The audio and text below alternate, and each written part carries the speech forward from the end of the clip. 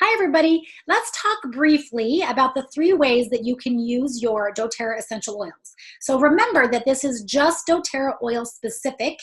This doesn't go towards any other brand because they are not certified pure therapeutic grade oils. They're not tested by a third party. They are not safe for these 3 ways that I'm going to tell you to use your oils.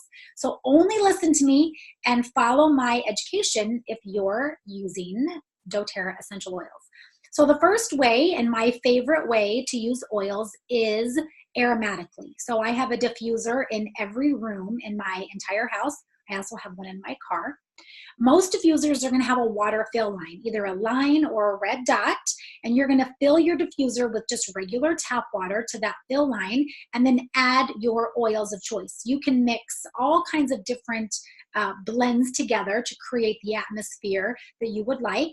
Most diffusers are going to take anywhere between 8 and 12 drops. That's a pretty good range for most diffusers are going to tolerate that much.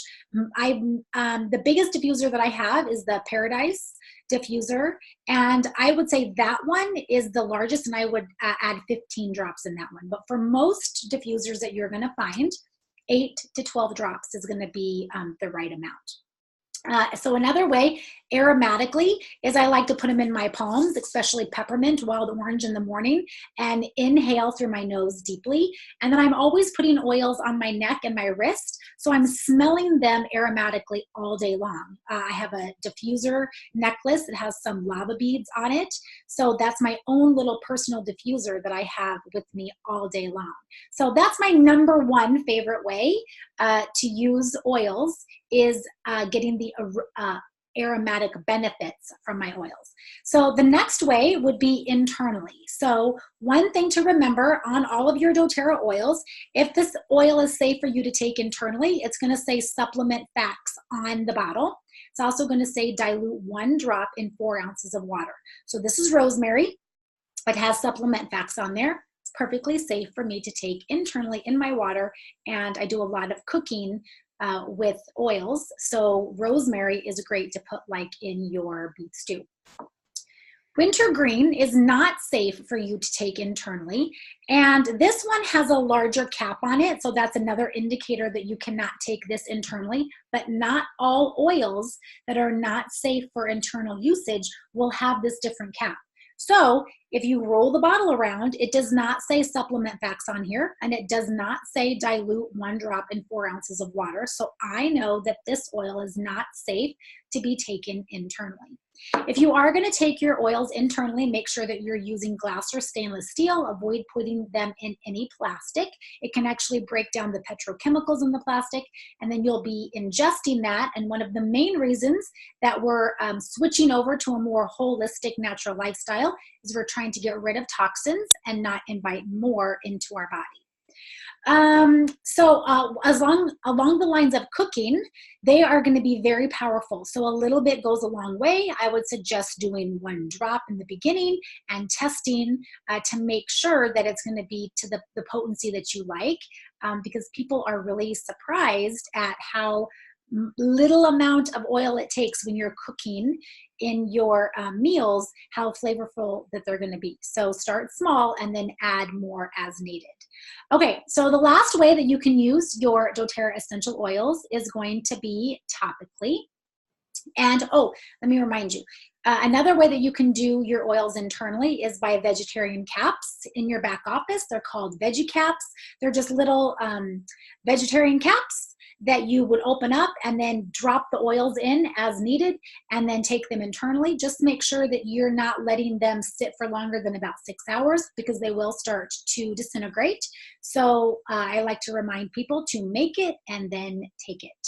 Okay, so the last way is going to be topical. And the question I get asked a lot is dilution. So there's a lot of questions about roller balls and how many drops of oils go in roller balls for children, for elderly, for adults. I'm actually going to post in the comments a really nice dilution chart, and it's going to actually break down the size of the roller ball, the amount of oils that you can put in there for a certain percentage. Like maybe you want a 1%, a 2%, a 3%, 4% or 5%, depending on how strong you want that roller ball to be. It's going to break down the different amounts of drops that you should be putting in those roller balls. So one thing to remember is safe practice is to always dilute all oils when you're using them topically on your skin. It actually is very beneficial to your body. It helps the flash off.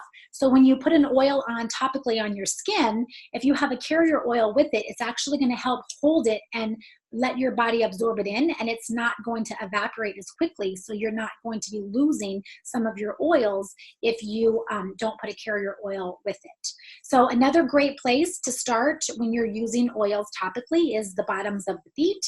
That's where all your nerve endings are on your body. So if you would like to even jump into a next step further and go into reflexology, you can actually pinpoint on the bottoms of the feet and even hands exactly where to apply the oils for the most benefit. Some of the carrier oils that I like to use are fractionated coconut oil, jojoba oil. I like almond oil.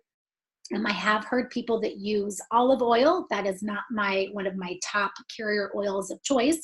But if I was in a pinch and I didn't have any of the other carrier oils on hand, that would do the trick. The places that I like to apply my oils are back of the neck, on the chest, on the wrist, down the spine, bottoms of the feet. I tell people that if you like the smell, go ahead and put it up close to your nose to where you can smell the oil and get the aromatherapy benefits from it. If you don't love the smell, but you still need it in your system, go ahead and put it on the bottoms of your feet. It's going to be farther away from your nose, and you're not going to smell it as much as if it was up close. Another nice way around the holiday time is diffuser jewelry. So that's a great gift to give to somebody in your life that is an essential oil lover. There's a lot of beads, lava beads, bracelets that you can drop your oils on, so you have kind of your own little mini diffuser there. So that's always a fun way to use your oils. Okay, so we covered internal usage, using glass or stainless steel, the vegetarian caps, putting them in water, cooking with them. A little bit goes a long way. We talked about topical use, always using a carrier oil when you're applying them topically to the skin. I'm going to post that image below in the comments. That's going to give you a nice reference guide when you're making your roller balls, so it can take out any of the guesswork of how many drops that you need to get put in there. And then we talked about aromatic use. We talked about diffusers, the water line, how many drops to put in there, and then using your body as a diffuser so you can get those aromatherapy benefits all day long. So I hope I've answered your any questions that you might have had about the 3 ways to use your doTERRA essential oils. If you have any questions at all, please put them in the comments below and we'll get back to you. Thanks guys, and have a great day.